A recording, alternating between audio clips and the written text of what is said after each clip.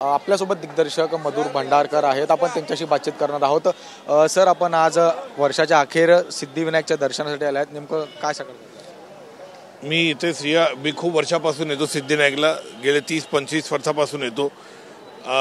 प्रार्थना केली मी सर्वांसाठी, फिल्म इंडस्ट्रीसाठी, आपल्या कुटुंबासाठी, आपले मित्रासाठी. आणखी मला वाटतं की एक बापाचं योगदान खूप मोठं आहे माझ्या आयुष्यात, माझ्या यशात, माझ्या सक्सेसमध्ये. आणि मी दरवर्षी इथे येतो. आणि मला वाटतं की 2025 पण आपला इंडस्ट्रीसाठी यश मिळावं, आणखी चांगली पिक्चरे बॉक्स ऑफिसवर प्रसिद्धी मिळेल अशी मी प्रार्थना केली. एकूणच चित्रपटदृष्टी संदर्भात काय सांगाल?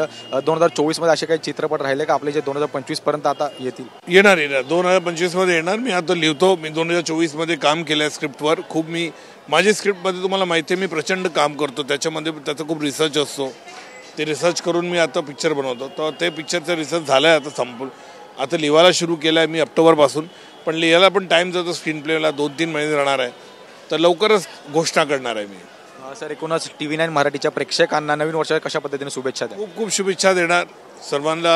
2025ला मी खूप खूप शुभेच्छा देतो, मनापूर्वक शुभेच्छा देतो की सगळ्याला यश, समृद्धी आणि त्यांची जे पण ख्वाहिश आहे ते पुरी होणार 2025 मध्ये. धन्यवाद. व्हिडिओ जर्नलिस्ट संतोष कडलकसह मी जय पवार, TV9 मराठी, मुंबई.